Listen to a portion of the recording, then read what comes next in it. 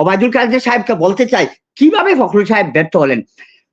পালিত গৃহপালিত দল মিলে ভোট পেলেন 28%, বাট যারা ভোট বর্জন করলো যে দল এবং ভোটার, সেটা হচ্ছে 72%। 2010 সালে শেয়ার বাজারে 22,000 কোটি টাকা, 2011 সালে হলমার্কে 3,500 কোটি টাকা, 2012 সালে বেসিক ব্যাংকের 4,500 কোটি টাকা, 2013 সালে জনতা ব্যাংকের 1,200 কোটি টাকা, 2014 সালে কুসেন্ট গ্রুপের 3,443,000 কোটি টাকা, 2015 সালে এনটেক কেলেঙ্কারিতে 5,504 কোটি টাকা, 2016 সালে ফামেজ ব্যাংক থেকে 1,800 কোটি টাকা, 2016 সালে রিজার্ভ 866,000 কোটি টাকা, 66 কোটি টাকা, 2018 সালে সোনা কেলেঙ্কারি 330 কেজি, 2019 সালে পিকে হাওলাদার 3,500 কোটি, 2022 সালে ইসলামী ব্যাংক থেকে 2,604 কোটি টাকা।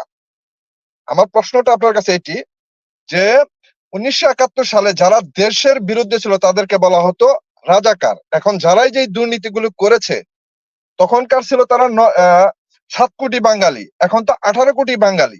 তাহলে কি এদেরকে কি যারা এই দুর্নীতিগুলো করেছে তারা কি তারা যদি দেশের বিরুদ্ধে কাজ করে থাকে বিধায় যুদ্ধ অপরাধী, যারা 18 কোটি জনগণের অর্থ পাচার করেছে বা দেশের অর্থনীতিকে ধ্বংস করেছে তাদেরকে কি নয়া যুদ্ধ অপরাধী হিসাবে যদি কোনোদিন বিএনপি ক্ষমতায় আসে তখন কি তাদের জন্য আলাদা ট্রাইব্যুনাল করে তাদেরকে বিচার করা হবে কিনা? এটা আপনার কাছে আমার একটা প্রশ্ন, যে তারা 18 কোটি মানুষের অর্থকে ধ্বংস করেছে, বাংলাদেশের অর্থনীতিকে ধ্বংস, মেরুদণ্ডকে ভেঙে দিচ্ছে।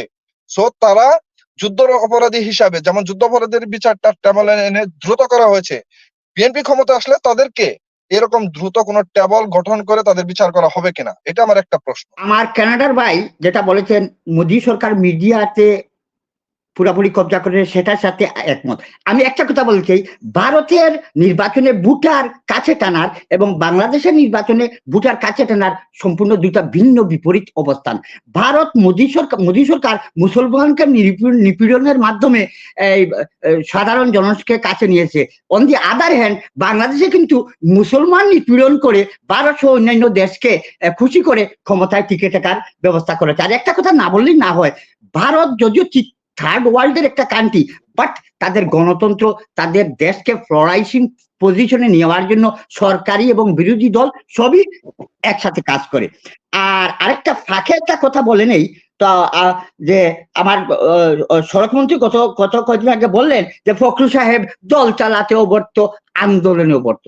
আমি স্পষ্ট ভাষায়, আমি কিন্তু কোনো দল করে না ভাই, আমি কসম করি না, আমি স্পষ্ট ভাষায় ওবায়দুল কাদের সাহেবকে বলতে চাই, কিভাবে ফখরুল সাহেব ব্যর্থ হলেন? পালিত গৃহপালিত দল মিলে ভোট পেলেন 28%, বাট যারা ভোট বর্জন করলো যে দল এবং ভোটার, সেটা হচ্ছে 72%।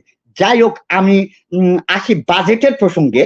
আমি গতকালকেই বাজেট পরবর্তী পর্যালোচনায় অর্থমন্ত্রীর যে বিশ্লেষণ দেখলাম, আমার মতো অযোগ্য ব্যক্তি উনার কাছে কোনো প্রশ্ন বা উনার বক্তব্যের কোনো আলোচনা করা থেকে আমি বিরত থাকলাম, উনি বেশি জ্ঞানী। আসি বাজেটের অঙ্কের ব্যাপারে। 8 লক্ষ কোটি টাকার বাজেট নির্ধারণ করা হয়েছে। এখানে বলা হয়েছে যে সার্ভিস হোল্ডারদের বেতন বৃদ্ধি করা হবে। আমার একটু সময় দেন, খুব গুরুত্বপূর্ণ একটা কথা, বৃদ্ধি করা হবে। আমি প্রশ্ন করতে চাই প্ল্যানিং কমিশনের কর্মকর্তাদেরকে, অর্থমন্ত্রী তো আমি হ্যাঁ কাউন্টলেস, যে আমলা এবং নেতারা লক্ষ লক্ষ কোটি টাকা পাচার হলো, ঋণ খেলাপি হলো, 1টি টাকা আদায় করতে পারেন নাই, বিচার ব্যবস্থা সহধর্মীয় সব, সে ধরনের আমলা এবং নেতাদের বেতন বৃদ্ধি না করে বরং যতক্ষণ পর্যন্ত ওই পাচারকৃত অর্থ ঋণ খেলাপি ফেরত না আনছে তাদের হওয়া উচিত, যাদের বেতন 80,000 তাদেরকে 40,000, আর যখন ওগুলো ফেরত এনে আমাদের রিজার্ভ ফান্ডে জমা দেবেন তখন হয়তো 80,000 থেকে আমরা 20,000 করবো। এখানে আমি আমার আজকের টোটাল বক্তব্য, বাংলাদেশের যে আমলা নেতা যারা ভদ্র ইমানদার কর্মঠ পরিশ্রমী দেশপ্রেমী, তাদের উদ্দেশ্যে এটা নয়। আমি এখানে কিন্তু সম্পূর্ণ সেপারেট একটা জেল দেখলাম ওই এছাড়া অন্যদের মধ্যে। আমি একটা আমি অর্থনীতিবিদ নয় ভাই, আমি একটা হিসাব দিই, 8 লক্ষ কোটি টাকার বাজেট, এখানে যদি 6 লক্ষ কোটি টাকা দেখা হচ্ছে ঋণ খেলাপে 2 লক্ষ, আসলে কিন্তু 6 লক্ষ, সেটার হিসাব সেই 6 লক্ষ থেকে মাত্র 2 লক্ষ, আর পাচার কিন্তু 11 লক্ষ, সেখান থেকে যদি 2 লক্ষ তাহলে 4 লক্ষ, তাহলে টোটাল বাজেটের অঙ্ক হচ্ছে 8 লক্ষ। তাহলে এটা যদি এই ঋণ খেলাপি থেকে আদায় 2 লক্ষ এবং পাচারকৃত অর্থ আদায় 2 লক্ষ, 4 লক্ষ, 4 লক্ষ টাকা হতে যদি 8 লক্ষ টাকা হচ্ছে, যে 4 লক্ষ টাকা আদায় করা হইতো, তাহলে তো আমাদের উপরে তো চাপ আসলো। আর একটা প্রসঙ্গ, চোর বাটফার কালো টাকার মালিকদের কোথায় শাস্তি দেওয়া হবে, টাকা তো ফেরত আনা হবে, শাস্তি দেওয়া হবে, সেখানে ওদের জন্য রাখা হলো 15%, আর যারা কষ্টার্জিত ব্যাংকে রাখবে সেটা 20%। আমি আর বেশি সময় নিচ্ছি না, দুটি কথাই বলবো, যে বেতন বৃদ্ধি, মূল্যস্ফীতির কারণে বেতন অবশ্য প্রয়োজন, কিন্তু বেতন বৃদ্ধি মূল্যস্ফীতির জন্য তো ওই নেতা এবং আমরাই দায়ী। শুধু একটি রিকোয়েস্ট করবো, সুইপার, ঝাড়ুদার, মেথর, ক্লিনার, এরা ঠিক মতো দায়িত্ব পালন করেছে ওয়াদা অনুযায়ী, চাকরির নিয়ম অনুযায়ী, এদের হয়তো বেতন বৃদ্ধি 10-15% করা যায়। আদারওয়াইজ ওই করাপ্টেড আমলা এবং নেতার বেতন যা ছিল তা 50। ধন্যবাদ। আব্দুল হাকিম বলেন, আনমিউট করতে হবে, মিউট। ধন্যবাদ মনির ভাই আমাকে সুযোগ দেওয়ার জন্য। আপনি সহ আপনার প্যানেলের সকলকে সালাম, আসসালামু আলাইকুম। আমরা দুর্নীতি নিয়ে কথা বলছি। দুর্নীতি ব্যাপারে আমরা সকলে অবগত। 18 সালের নির্বাচনের পরেও একটা এরকম প্রস্তাব এসেছিল, অর্থমন্ত্রী এরকম প্রস্তাব করেছিলেন যে যারা টাকা পাচার করেছে তারা 7% কর দিয়ে টাকাটা দেশে আনতে পারবে। কিন্তু ওই সময় বিভিন্ন ভাবে তোপের মুখে পড়ে বিএনপি নির্বাচনে আসছিল, 5 জন এমপি ছিলেন, তাদের আলোচনা সমালোচনার মাধ্যমে এটা প্রত্যাহার করতে বাধ্য হয়েছিল। বর্তমানে তো বিএনপি সংসদে নেই, নির্বাচনও করেনি। জাতীয় পার্টি গৃহপালিত একটা বিরোধী দল আছে, তারা সমালোচনা করছে কিন্তু এই গৃহপালিতের মতো, যেভাবে গৃহপালিত প্রাণীরা করে থাকে। তো সেক্ষেত্রে এবার করেছে 15%। এবার তো কোনোভাবেই সম্ভব নয়, এবং এটা হবে মানে অপরাধীকে পুরস্কৃত করার একটা মাধ্যম। এই দুর্নীতির সর্বক্ষেত্রে ছেয়ে গেছে, এটা আমরা সকলে জানি। তবে একটা বিষয় একটু আমি ক্যাপ্টেন মারুফ রাজু ভাইয়ের কাছে জানতে চাচ্ছি। গতকালকে ঝিনাইদহের শৈলকুপা থানায় এক দল মানুষ, তারা মিডিয়াতে আসছে, ঢাকা মেইলে আসছে, যে একটা আসামি ছিনতাই করার জন্য থানা ঘেরাও করেছে এবং অনেক ভাঙচুর করেছে। ওখানের দায়িত্বপ্রাপ্ত ওসি, ভারপ্রাপ্ত ওসি যিনি ছিলেন, উনি ফায়ারিং এর অর্ডার দেন এবং 22 জন মানুষ আহত হয়। একজন মানুষের অবস্থা আশঙ্কাজনক। অন্য একটা পত্রিকা দেখলাম 30 জন আহত হয়েছে, তার মধ্যে 6 জন পুলিশ আছে আর 24 জন হচ্ছে সাধারণ মানুষ। তাহলে এটাকে আপনি কিভাবে ব্যাখ্যা করবেন? আসলে আসামি ছিনতাইটা মূল লক্ষ্য নাকি অন্য কোনো কারণ এখানে লুকায়িত আছে? আমি এর নিউজ থেকে সেরকম কোনো কিছু পাইনি, এটা একটু ব্যাখ্যা করবেন।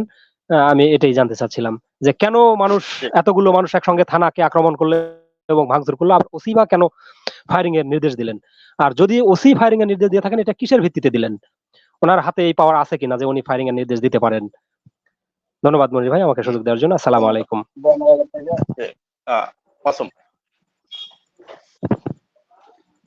ধন্যবাদ মনির ভাই, আপনি সহ আমাদের প্রিয় ক্যাপ্টেন মারুফ রাজু ভাইকে জানাই সালাম, আসসালামু আলাইকুম ওয়া রাহমাতুল্লাহ। মনির ভাই, আজকে আপনার আলোচনার মূল প্রতিপাদ্য হলো ভারতীয় নির্বাচন। আমি এই নিরিখে দুটো কথা বলি। ভারতীয় নির্বাচন যেটা হয় সেটা হলো, ভারত একটি রাষ্ট্র, আর এই রাষ্ট্রের দুইটা কাঠামো আছে। একটা হলো ভারতীয় স্ব রাষ্ট্রীয় প্রতিষ্ঠান, যেমন নির্বাচন কমিশন, আইনি বিষয়, স্বাস্থ্য, সব নিজ নিজ দায়িত্বে চলে। আরেকটি হলো সে দেশের জনপ্রতিনিধিগণ, রাজ্যসভা, লোকসভা বা বিধানসভা, এরা জনপ্রতিনিধিগণ, এরা সাধারণ জনগণের ভোটে নির্বাচিত হয়ে আসেন এবং এদেরকে সহায়তা করে সে দেশের স্ব প্রতিষ্ঠান, নির্বাচন কমিশন এবং আইনি সংস্থাগুলো। তো এরা শক্তিশালী, এরা কেউ কারো বিপরীতমুখী নয়, আর কেউ কারো তোষামোদী করে না, যেটা আমাদের রাষ্ট্রে অলরেডি হয়ে গেছে। তো আমি আসলে প্রশ্ন আকারে ক্যাপ্টেন মারুফ রাজু ভাইয়ের কাছে মতামত সহকারে জানতে চাবো যে ভাই, আমাদের বর্তমান দেশের যে রাষ্ট্রীয় সংস্থাগুলো, এই নিরিখে তো এখন ভুলুণ্ঠিত হয়ে গেছে। মানে রাষ্ট্রীয় যেমন নির্বাচন কমিশন, আপনার সরকারি সব বিভিন্ন সংস্থা, সব এখন জনপ্রতিনিধিদেরকে কাছে দায়বদ্ধতা দিয়ে দিয়েছে। তো এখন আমাদের এই প্রতিষ্ঠানগুলো নিজ নিরিখে অর্থাৎ নিজ পায়ে কবে দাঁড়াবে?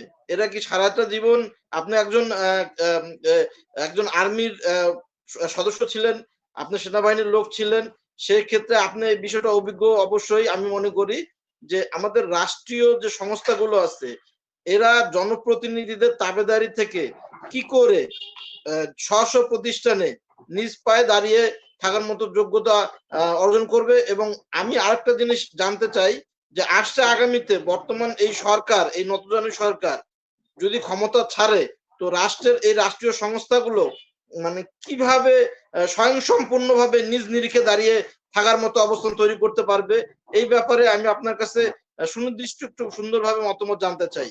জি, ক্যাপ্টেন ধন্যবাদ। মারুফ রাজু ভাই, আসসালামু আলাইকুম। জি, ধন্যবাদ। ওয়ালাইকুম আসসালাম, ধন্যবাদ মাসুম। জি, এম এ দাউদ, আনমিউট করতে হবে। শুনতে পাচ্ছেন? জি, শুনতে পাচ্ছি। আমি আসলে জানতে চাচ্ছি বাংলাদেশের